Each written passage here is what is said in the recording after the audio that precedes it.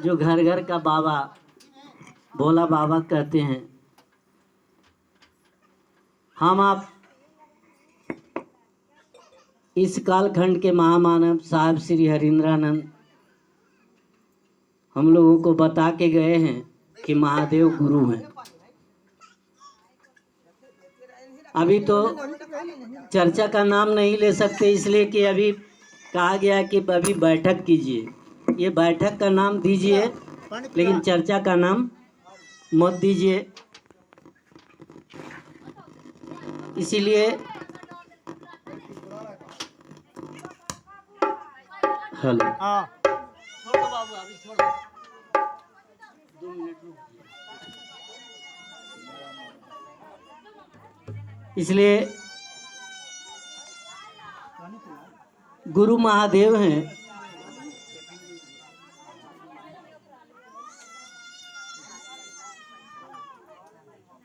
हम लोग यहाँ मेला तो घूमने आए नहीं हैं कि टिकुली सिंदूर खरीदेंगे, घरे जाएंगे। ज़्यादा समय नहीं मिला है। चर्चा का मतलब ही होता है किसी का बखान करना। हम लोग उस सत्ता के बखान करते हैं। उस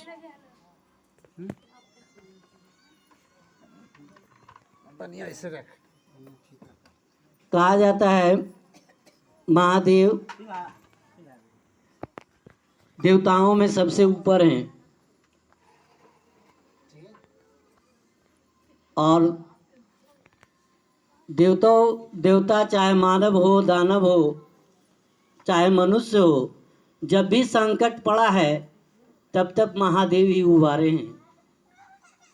इसलिए संकट से भी उबारने का काम महादेव करते हैं। और वो गुरु हैं। गुरु का मतलब क्या होता है? गुरु का मतलब ज्ञान देना। आप जिस रूप में, आप भगवान के रूप में बहुत पूजा हुआ है, ऐसा नहीं। आज 5000 वर्ष से पूजा पद्धति चलते आ रहा है, महादेव की पूजा हुआ है। 5000 पहले लोग रुद्र के रूप में पूजा करते थे महादेव की। आज महादेव के रूप में कर रहे हैं, शिव के रूप में कर रहे हैं। रुद्र मतलब होता है रुलाने वाला। 5000 वर्ष पहले जाइए, उसका इतिहास देखिए। रामायण के पन्ना में भी मिलता है, वेद में भी मिलता है कि महादेव के सदियों से पूजा होती आई है। लेकिन कहा जा रहा है कि महादेव गुरु हैं। वो भगवान तो है ही नहीं, लेकिन गुरु हैं। अब यहीं पर मामला फंसता है हम लोग का कि गुरु हैं तो ज्ञान कैसे देंगे? वो तो पत्थर में है। हम आप जल चढ़ाते हैं शिवलिंग पर, तो महादेव ज्ञान कैसे देंगे? जो तो बताइए। बहुत भाई के मन में प्रश्न उठता होगा कि आखिर महादेव तो शिवलिंग में है, पत्थर में है, तो ज्ञान कैसे देंगे? कहा जाता है कि देखिए महादेव ज्ञान कैसे देते हैं।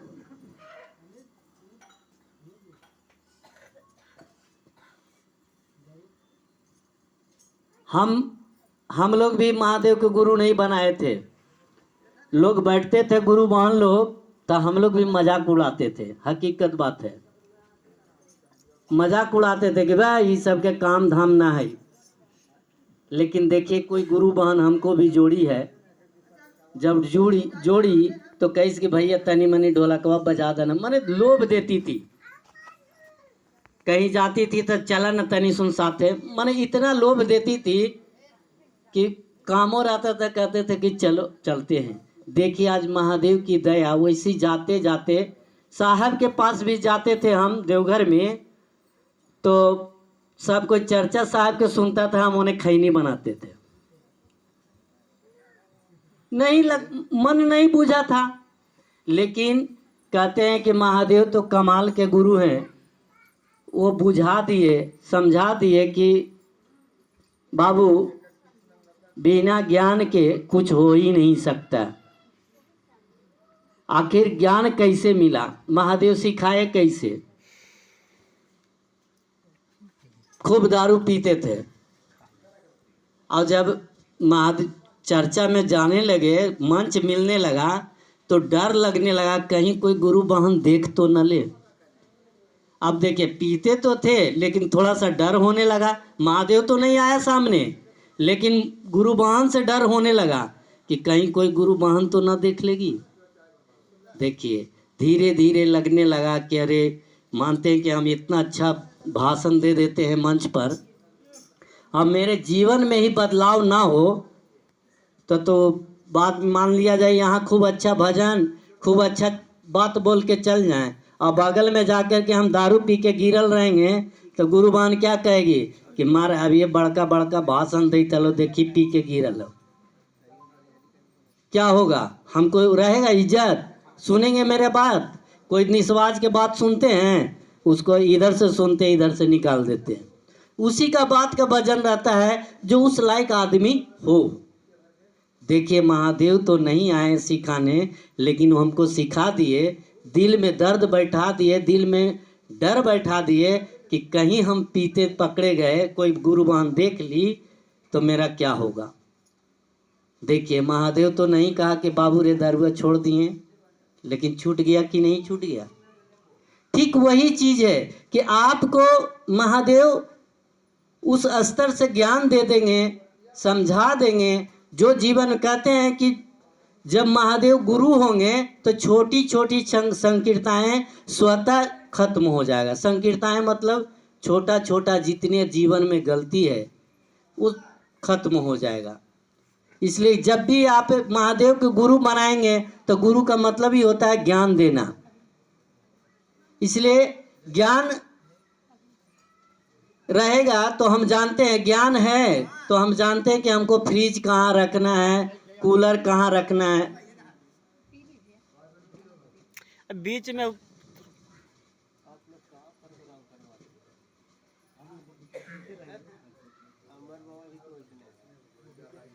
इसलिए आप लोग देखिए थोड़ा सा बीच में डिस्टर्ब करने से थोड़ा सा भाव चेंज हो जाता है। इसलिए चर्चा देखिए मेन यहाँ कह के आए हैं कि हम जा रहे चर्चा में। भजन गाने वाला तो बहुत सारे लोग एक से एक गायक हैं। क्या आप गाना भजन गाने से अगर महादेव गुरु हो जाते तो खेसारी लाल, पवन सिंह, बहुत सारे लोग हैं जिसका महादेव गुरु हो जाते। गाना गाने से गुरु नहीं होंगे जब तक आप उस चीज से जुड़ेंगे नहीं, वो महादेव से जुड़ेंगे नहीं। आपको दर्द होना चाहिए। भजन हम लोग भी आज से 10-15 साल पहले से गा रहे हैं, लेकिन ऐसी बात नहीं है कि भजन गा के हम महादेव से जुड़ गए।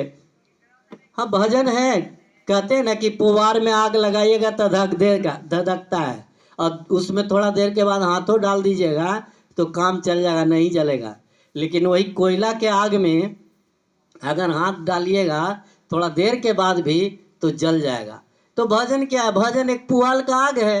अरे भाव चेंज करने के लिए भजन गा लिया जाता है, ऐसी बात नहीं है। चर्चा को चर्चा रहने दीजिए, चर्चा को अपने मर्यादा में रखिए।